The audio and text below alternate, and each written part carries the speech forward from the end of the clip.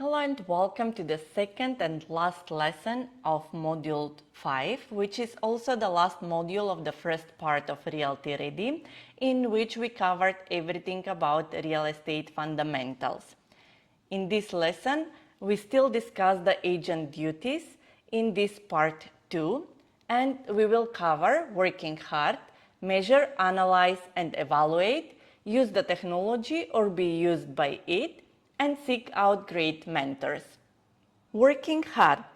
Talk to any top producing agent about their work habits and you'll find he or she is an incredibly hard worker.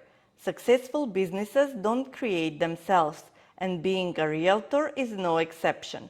There is a direct correlation between how hard you work and how successful you will be. Still, having hustle doesn't simply mean working 12-hour days from Monday to Friday. After all, working in real estate isn't just about putting in a lot of time. It's about putting in the right time and doing what's necessary to close the deal. Because of this, hustle is also about being prepared to work at a moment's notice.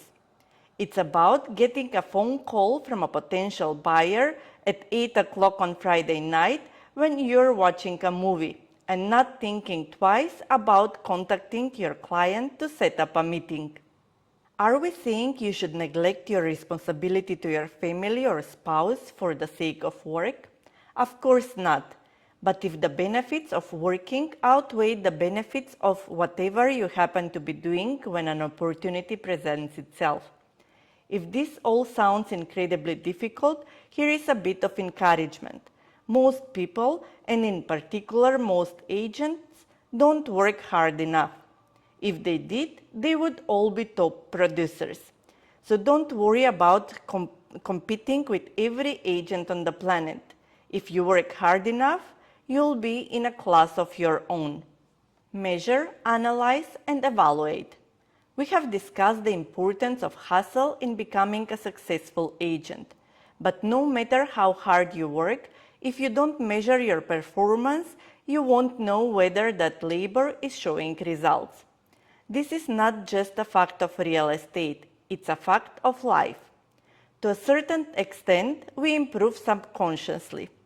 Through repetition, we learn how to perform a function more swiftly and more effectively. Through observation, we internalize better practices and adopt them, often without even realizing it. The most significant gains come from consciously reflecting on the way we do things and actively questioning whether that's what works best. The top quarterbacks spend hours watching film, examining their throws, and looking for missed opportunities. Similarly, as a real estate agent, you should constantly be examining and measuring your performance. You can do this in a number of ways. First and foremost, consider keeping a daily journal to record your impressions of that day's work. Keep count of how many prospects you talked to and how those conversations went. At the end of the day, see what you accomplished. Did you get enough done? If not, why might that be? No need to get incredibly detailed.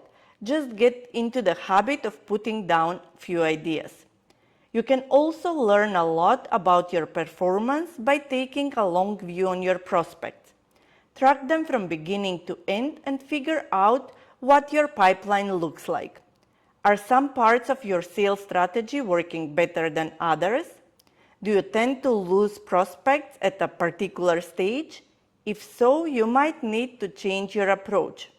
Finally, crunch the numbers to see the results your work is really getting you. Check your prospects against the numbers you have and the numbers you need. Getting a lot of leads but not making a lot of sales? You may be better off devoting more time to fewer clients. How many closings do you need to make a living? Compare your stats to that number and set goals accordingly. Start making a weekly list of skills you plan to work on or solutions you plan to try out. At the end of the week, evaluate your progress. Did you practice what you set out to practice? Did the corrections you made lead to more prospects, more sales, more success? If not, why do you think that is? And what else could you try next week? Make no mistake, self-evaluation is usually not fun, and it can add a lot of work to an already hectic schedule. But if you're really committed to being a successful real estate agent, you'll find the time and pretty soon you'll see the results. Use the technology or be used by it. Let us tell you what you already know. The internet has transformed the entire real estate industry. 20 years ago, potential real estate buyers were largely in the dark about their choices. Real estate professionals, on the other hand, were wizards. They had a secret, mysterious knowledge of their trade, and clients could benefit from that knowledge for a price. Today, there are no secrets. Buyers can view live video feeds of the area, read reviews on your agency, get perspectives on the neighborhood from current residents, access government stats, check the seller's asking price against trends for the surrounding area, take virtual tours of every room, even sign contract digitally. Nevertheless, if clients now have increased access to information, agents also have increased access to potential clients. Social media and marketing technology are changing the way agents interact with their clients. 20 years ago, Facebook, Instagram, LinkedIn, etc. didn't exist. Today, more than 80% of real estate professionals are using social media in their jobs. This has led not just to changes in communication, but more importantly to changes in advertising and marketing. The internet has come to dominate real estate marketing. That means there are increased opportunities to reach potential clients more quickly, more efficiently, and more cheaply. On the other hand, this also means there is more pressure on agents to adopt the new tools. But agents who complain by responding that they just don't understand technology are ignoring the business sense. Trends become norms on the internet for a reason, because they make life easier, they make life better, and they make people money. True, there is a learning curve, but that's not an excuse for ignoring it. An effective real estate agent keeps current and continues to educate themselves on the ways technology is being adopted and adapted to the industry. Read books, take classes, go to conferences, put in the time. Finally, it's important to remember that when it comes to technology, just because you have to understand it doesn't mean you have to be an expert. You always have the option of recruiting someone else to handle your technology for you. Nevertheless, you'll have to know enough to be sure that you are not throwing your money away. Hiring someone to build your website will be a waste of time if what they produce is based on the demands of last year's customers. This brings to mind a final point about technology. Perhaps the biggest challenge of using it is the fact that it's always changing. But that's all the more reason to be active about adopting it. Know your market.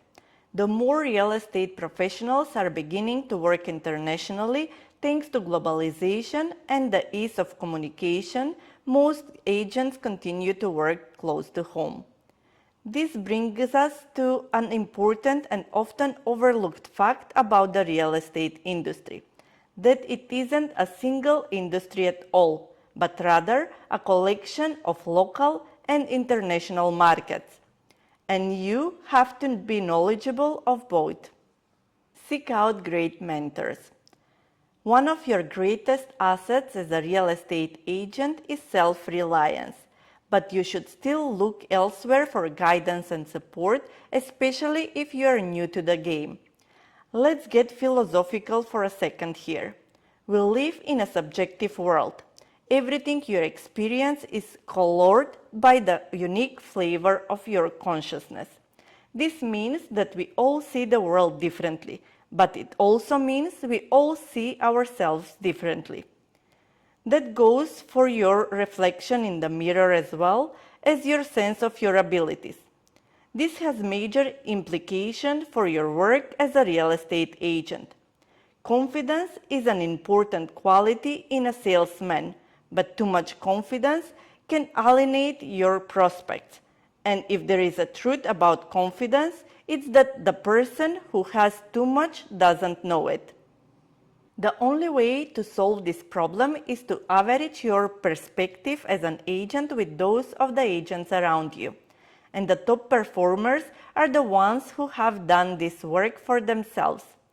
Start by building and maintaining your relationship with your fellow agents, the people you see every day.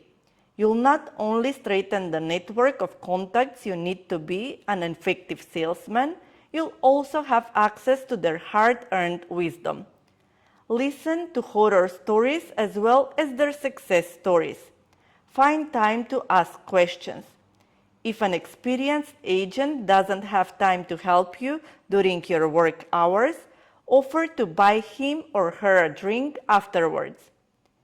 Worried about your rapport with prospects? Have someone whose opinion you trust listen to one of your sales calls. He or she may be able to point out a tick or mistake that you are unable to see. Not getting the response you want from your advertising? Get feedback from someone who has it figured out. Next, you should widen your focus. Step outside your office and find out which agents are the best and or most visible in your community. Do your research. What are they doing that others aren't? How do they market themselves? What tools do they use? Look at their numbers. How much business are they doing and where are they doing it? You may say that because agents are independent, they won't be ready to share their sales secrets. True, it's not in their best interest to tell you everything. But if there is one thing people in real estate profession and in any other profession love, it's being viewed as an expert. By consulting a peer, you're telling them that they are worth consulting. You're validating their years of hard work. Plus, the people you will be asking for help are already successful at what they do. If they have real wisdom, they will have no problem sharing some of it with you. That was all for this lesson and the part 1 of Realty Ready. Thank you for your attention and see you in the next one.